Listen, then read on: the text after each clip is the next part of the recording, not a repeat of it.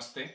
तो आज अपन स्टडी कर रहे हैं विजुअलाइजेशंस एफसीसी यूनिट सेल के अंदर वॉइड्स का, ऑक्टाहेड्रल वॉइड्स और टेट्राहेड्रल वॉइड्स का विजुअलाइजेशन की कहाँ कहाँ एफसीसी यूनिट्स के अंदर वॉइड्स आते हैं, कौन सी लोकेशन पे ऑक्टाहेड्रल वॉइड्स है, कौन सी लोकेशन पे टेट्राहेड्रल वॉइड्स है एंड वो नंबर में कितने, क्वांटिटी में कितने, उस यूनिट सेल में टोटल ऑक्टाहेड्रल वॉइड्स कितने आएंगे, टोटल टेट्राहेड्रल वॉइड्स कितने आएंगे, इसकी चर्चा अपन यहाँ पे देखेंगे कि कहाँ कहाँ पे वो वॉइड्स लोकेट है उस एफसीसी यूनिट सेल में। लास्ट टाइम पे अपन ने लास्ट लेक्चर्स में जो भी अपन ने 3D के अंदर अरेंजमेंट पढ़ लिया था, एचसीपी, सीसीपी, एचसीसी वॉइड्स के बारे में पढ़ लिए थे, triangular voids, octahedral, tetrahedral, cubic.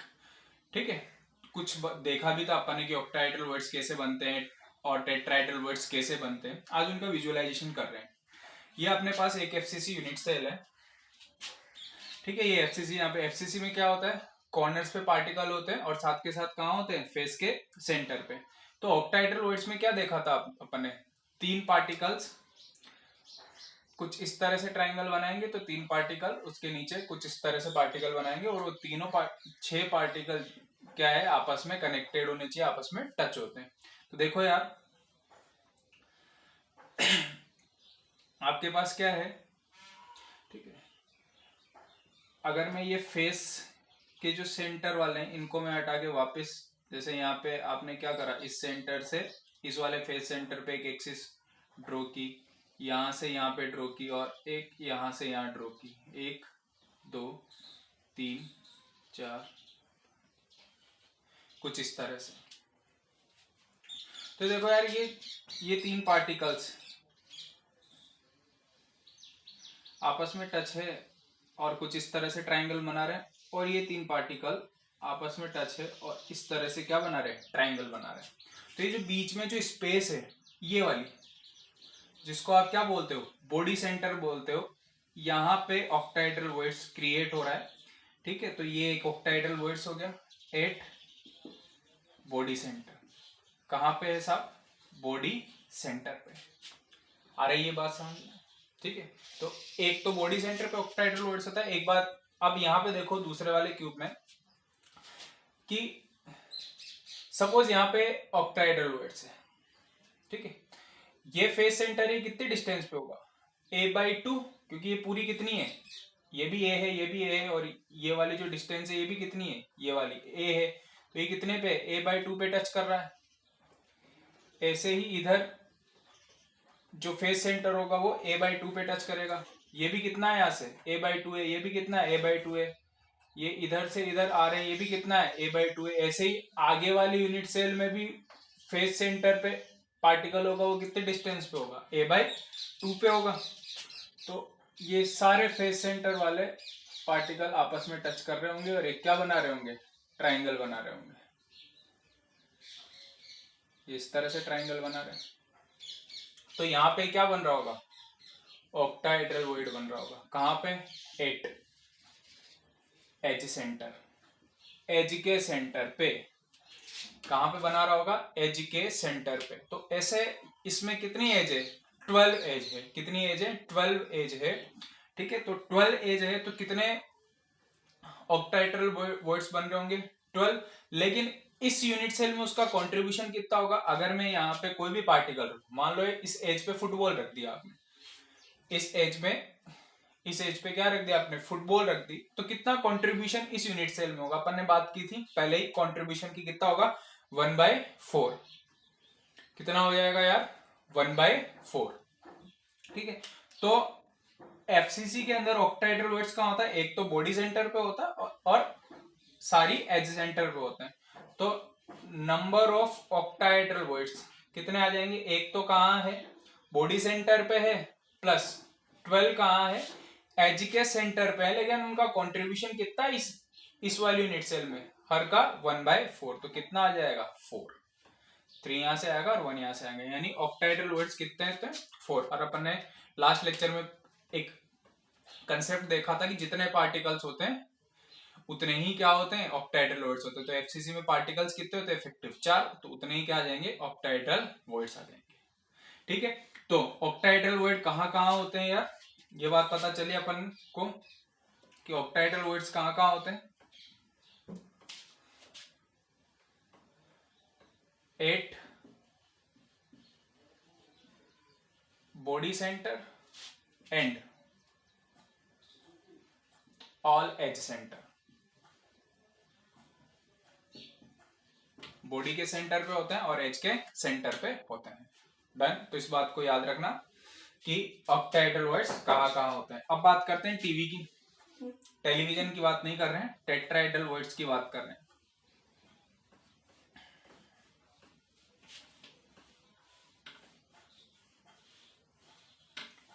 तो टेट्राहेड्रल वॉइड्स के लिए अपन को क्या चाहिए था कि 3 पार्टिकल्स तो इस तरह से टच कर रहे हो कि वो क्या बना रहे हो, एक ट्राइंगल, और जो उनके ऊपर जो ट्राइंगुलर वॉइड बन रहा है उसके ऊपर एक और पार्टिकल रख दिए वो अपने, ताकि उसमें क्या बन जाए, टेट्राहेड्रल वॉइड्स बने। लास्ट टाइम पे अपन ने देखा भी था वॉइड्स के बारे में। तो अब बात कर रहे हैं टीवी की। देखो यार सिंपल सा है, ध्यान रखना।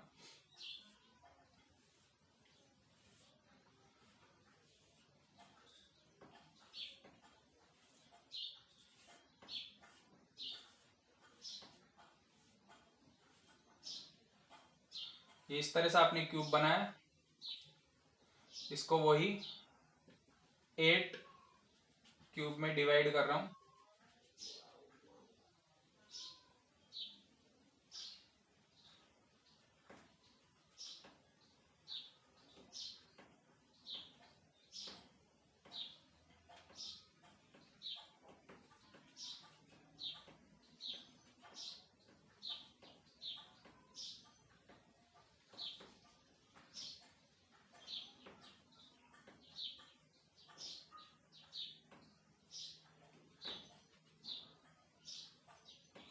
ठीक है, इस तरह से। और अपने एफसीसी में कहाँ कहाँ होते हैं, मैं जो कुछ ही बना रहा हूं, एक यहाँ पे बना दिया, इस फेस सेंटर पे होता है, ये पीछे वाले फेस के सेंटर पे बना रहा हूं, और इस वाले फेस के सेंटर पे बना रहा हूं। तो ये जो यूनिट सेल है अपन, ये 8 यूनिट सेल है, इसके अंदर 4 एरिया अपन ये पीछे वाली देख रहे हैं, ये वाली।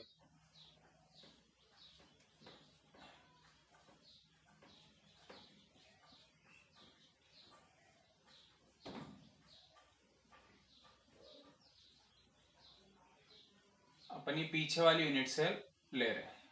ठीक है, अब देखो यार इसके अंदर क्या है, ये 3 पार्टिकल से ट्राइंगल बना रहे हैं, ये देखो ये ट्राइंगल बना रहे हैं, और चौथा पार्टिकल ये पड़ा हुआ, मतलब यहां कहीं आपको क्या मिल रहा होगा, एक टेट्राहेड्रल वॉइड बन रहा होगा। यानी छोटा वाला जो क्यूब है उसके सेंटर पे, बॉडी सेंटर पे आपको टेट्राहेड्रल वॉइड बन गया। एक छोटे वाले क्यूब के बॉडी सेंटर पे आपको एक टीवी मिल गया। तो कितने है इसमें, कितने क्यूब है छोटे छोटे, 8। तो आपको कितने मिल जाएंगे, 8 टेट्राहेड्रल वॉइड मिल जाएगा, जो हर छोटे क्यूब के बॉडी सेंटर पे प्रेजेंट होगा।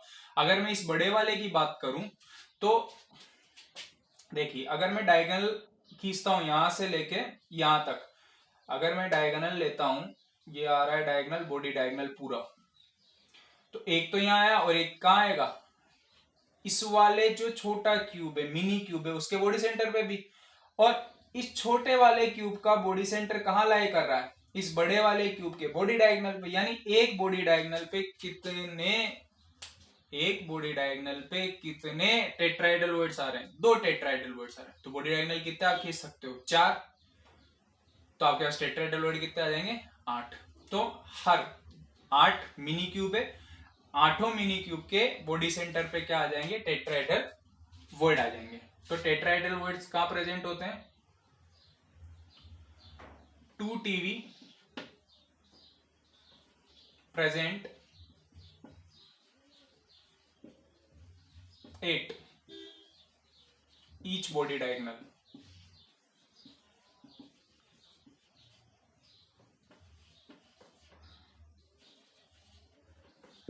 अब ये 8 हो गया, 8 इसी में ही है, 8 हो गया, 8 इसी में ही है। तो टोटल टेट्राहेड्रल वॉइड्स कितने हो गए, 8। अपन ने लास्ट टाइम पे देखा भी था कि जितने पार्टिकल होते हैं उसके डबल क्या होते हैं, टेट्राहेड्रल वॉइड्स होते हैं। तो एफसीसी के अंदर इफेक्टिव नंबर ऑफ पार्टिकल कितने होते हैं, 4। तो टेट्राहेड्रल वॉइड कितने हो जाएंगे, जस्ट डबल, कितने आ गए, 8 आ गए। कितने आ गए साहब? 8 आ चुके हैं। डन, ठीक है, तो इसको आप नोट कीजिए।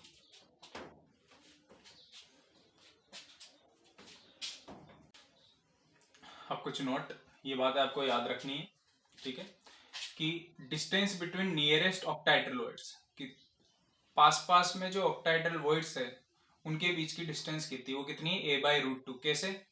आपको पता है कहां कहां पे होता है? एज के सेंटर पे होते हैं और बॉडी सेंटर पे होते हैं ऑक्टाहेड्रल वॉइड्स। तो देखो ऑक्टाहेड्रल वॉइड्स, एज का सेंटर ले लो यार, ये वाला एज सेंटर और ये वाला एज सेंटर, तो ये वाली डिस्टेंस कितनी है? a/√2। तो ये दोनों नियरेस्ट है। फारेस्ट कौन से है? ये वाला ले लो और इधर ये वाला एच के सेंटर पे ऑक्टाहेड्रल वॉइड्स होगा और एक इस वाले एच के सेंटर पे ऑक्टाहेड्रल वॉइड्स होगा। या फिर मैं बात करूं इस वाले एच के सेंटर पे और इस वाले एच के सेंटर पे, तो यहां से यहां तक की डिस्टेंस कितनी है? √2 है। ये क्या है? यहां से यहां तक की डिस्टेंस कितनी है? √2a। तो यहां से यहां तक की डिस्टेंस भी कितनी होगी? √2a। सॉरी। अब बात करते हैं nearest tetrahedral voids. Nearest tetrahedral voids वो कितने होते हैं? a/√2 पे। कितने होते हैं? a/√2 पे। कैसे हो गए यार? जो आपके पास 8 क्यूब बने थे, जो 8 क्यूब आपके पास बने थे, ठीक है, उन 8 क्यूब के जो आपके पास क्यूब बने थे,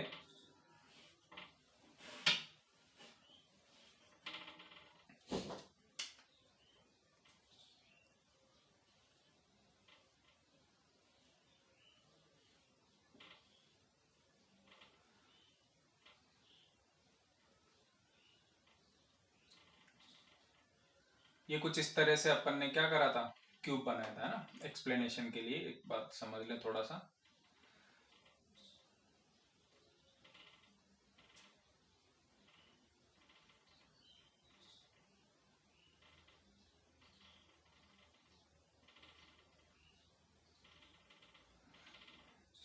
तो यार पीछे वाले क्यूब के बॉडी सेंटर पे बने थे और आगे वाले क्यूब के बॉडी सेंटर पे बने थे। बात आ रही समझ में?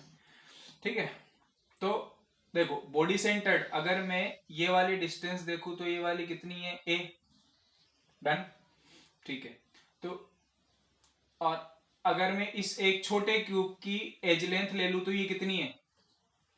अगर मैं इस छोटे वाले क्यूब की एज लेंथ की बात करूं तो इसकी आधी हो जाएगी, a/2। कितनी हो जाएगी? a/2।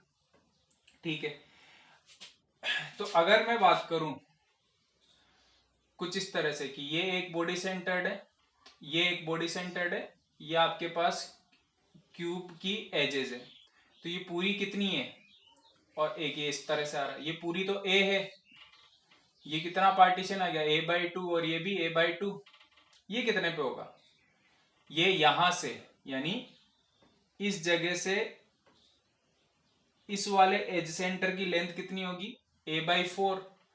इधर से कितनी होगी? a/4। और ये वाली कितनी होगी? ये वाली, इन दोनों ऑक्टाहेड्रल वॉइड्स के बीच की कितनी आ जाएगी? a/2। तो a/2 डिस्टेंस, यानी इस वाले क्यूब का बॉडी सेंटर और पीछे वाले क्यूब का बॉडी सेंटर कितने डिस्टेंस पे? a/2 पे। और ये दोनों ही क्या है? नियरेस्ट है। ठीक है साहब, ये बात तो आ गई। नाउ फारेस्ट, फारेस्ट की बात करते हैं बॉडी डायगोनल की, कि एक बॉडी डायगोनल पे आपको कितने क्यूब मिले थे? 2।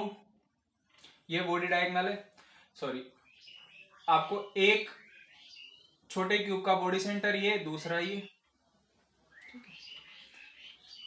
ये पूरी जो लेंथ है वो कितनी? √3 है।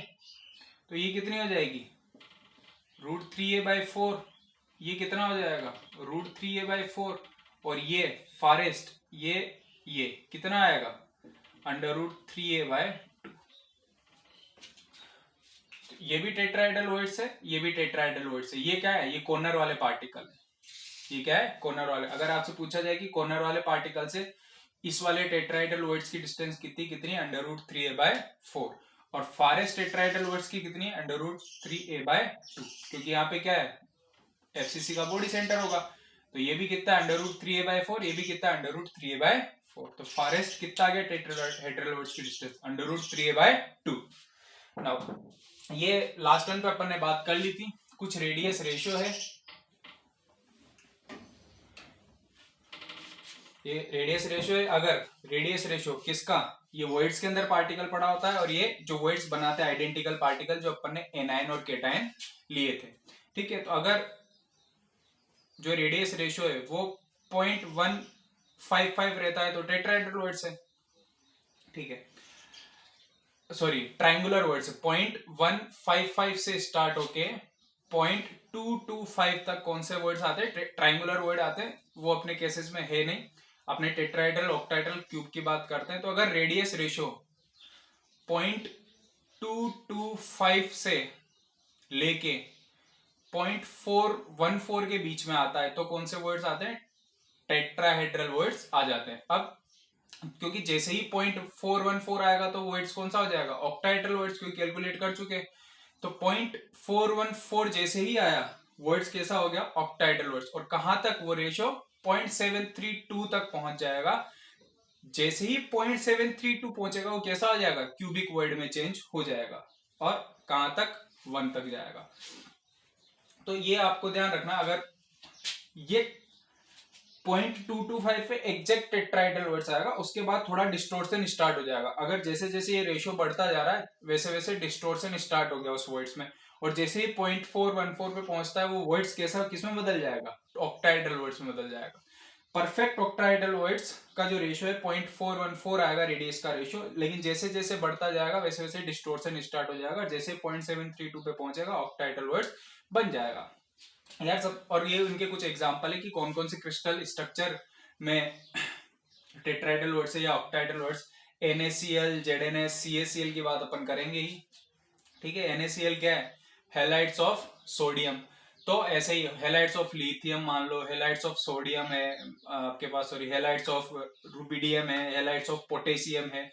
ये सारे भी किस में आते हैं, ऑक्टाहेड्रल वर्ड्स वाले रेशियो के अंदर ही आते हैं। सपोज आपके पास यार रूम है, अपने उस रूम को बिल्कुल पैक कर रखा है, क्यूबिकल रूम है, उस क्यूब में आपने बिल्कुल फुटबॉल ही फुटबॉल जमा रखी है, आइडेंटिकल क्या कर रखी है, फुटबॉल जमा रखी है, ठीक है। अब उसके अंदर आपने एक बलून रखा है और आपने उसको ट्यूब से एक ट्यूब से उसको बांध के कनेक्ट करके बाहर से उसमें आपको एयर भरनी, किसमें, बलून में। और बलून भी स्पेरिकल है ना, स्पेरिकल बलून, जैसे जैसे फूलेगा वो स्पेयर बनता जाएगा। आपने फुटबॉल्स रख रखी रूम के अंदर अच्छे से जमा रखी, और जहां पे स्पेस है उसके बीच में आपने क्या रख दिया, बलून रख दिया, ठीक है।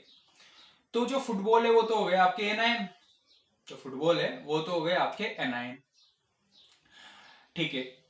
अब जो वो ट्यूब है, जिस ट्यूब से आपने बलून को कनेक्ट किया है, जिसमें आप एयर भरोगे, हवा भरोगे जिससे, वो है, उसका वॉल्यूम आपने नेग्लेक्ट मानना है, उसका वॉल्यूम नेग्लेक्ट मान रहा है, ठीक है। अब जैसे जैसे आप एयर भरोगे बलून फूलता जाएगा, ठीक है। अब उस बलून को अपन कंसीडर कर रहे हैं केटाइन की जैसे, क्योंकि वॉइड में रख रहे हैं ना, तो केटाइन की जैसे, और जो फुटबॉल है उसको एनाइन की जैसे।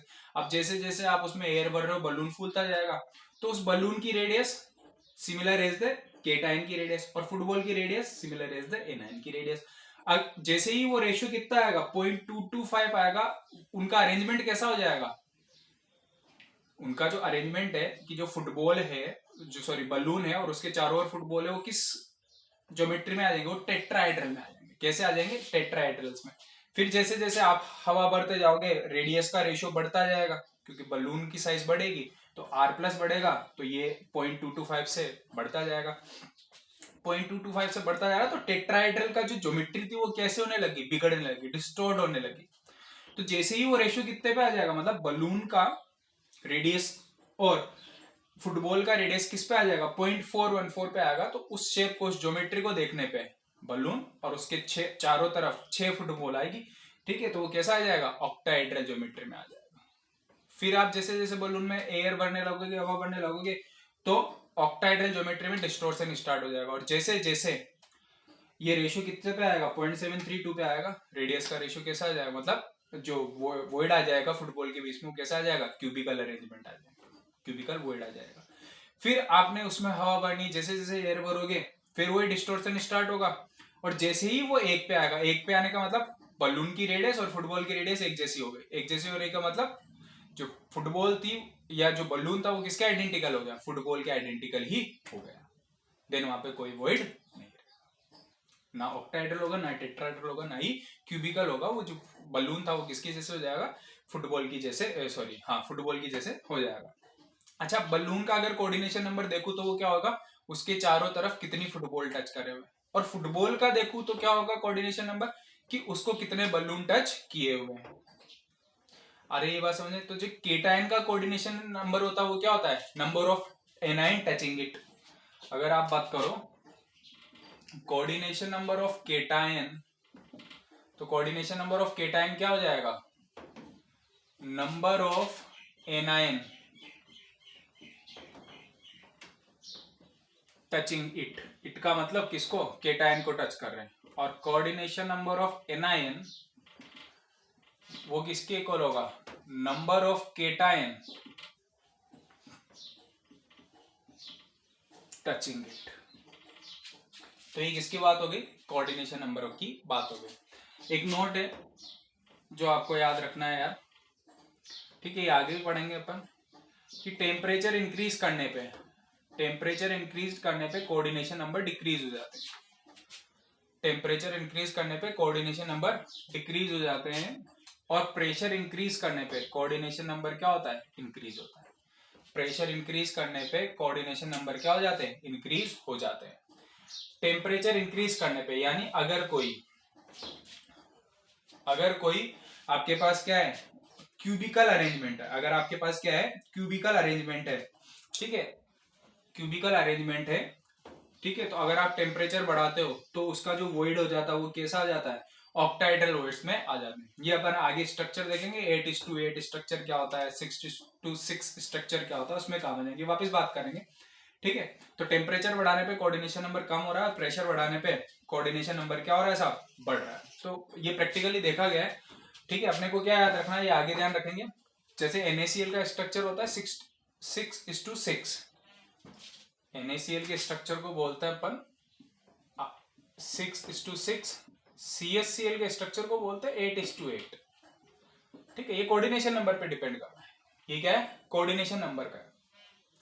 तो अगर टेम्परेचर बढ़ाता हूं तो CaCl की जो ज्योमेट्री थी 8:8 थी, मतलब जो सीजियम प्लस था ये क्यूबिकल वॉइड में था, या पता चलेगा ये क्यूबिकल वॉइड में था। तो देखे, ये देखो CaCl एग्जांपल है, CaCl है, इसमें जो सीजियम है वॉइड में, कैटायन वॉइड में, कौन से वॉइड में, क्यूबिकल वॉइड में, ठीक है। ये है 8:8 अरेंजमेंट। NaCl की बात करूं तो ये इसमें सोडियम है वो ऑक्टाहेड्रल वॉइड्स में, जो केटायन है वो वॉइड्स के अंदर है, ठीक है। इसको बोलते हैं 6:6 अरेंजमेंट। अगर मैं टेम्परेचर बढ़ाता हूं तो इसका स्ट्रक्चर बदल जाता है, टेम्परेचर बढ़ाने पे इसका स्ट्रक्चर बदल जाता है, यानी सीजियम क्लोराइड 8:8 अरेंजमेंट से किसमें पहुंच गया, 6:6 अरेंजमेंट में। अपन ने बात भी की थी, क्रिस्टलाइन सॉलिड में एक फिनोमिना होता है जिसको अपन पॉलीमॉर्फिज्म बोलते हैं, पॉलीमॉर्फिज्म बोलते हैं। वो फिनोमिना क्या होता है कि जब ये क्रिस्टल बनते हैं तो इनको स्लोली स्लोली कूल किया जाता है कंट्रोल कंडीशन में। If the conditions is going to be changed, अगर आप कंडीशन को चेंज कर देते हो तो इनके स्ट्रक्चर भी क्या हो जाते हैं, चेंज हो जाते हैं। इस फिनोमेना को पॉलीमॉर्फिज्म बोलते हैं, पॉलीमॉर्फिज्म बोलते हैं। और जो क्रिस्टल प्राप्त होता है उसको पॉलीमॉर्फस बोलते हैं। नाउ गॉट इट, समझ में आ रहा है ना, ठीक है। तो आपने टेम्परेचर बढ़ाया तो कोऑर्डिनेशन नंबर डिक्रीज हो जाएंगे, और प्रेशर बढ़ाओगे तो कोऑर्डिनेशन नंबर इंक्रीज हो जाएगा। इस बात को आपको याद रखना है, ठीक है। तो अब अपन आगे देखते हैं, इस पे कुछ क्वेश्चंस भी करेंगे, ठीक है ना, वो तो आगे करेंगे। और अब अपन जो स्ट्रक्चर देखेंगे NaCl, ZnS वगैरह, ठीक है साहब।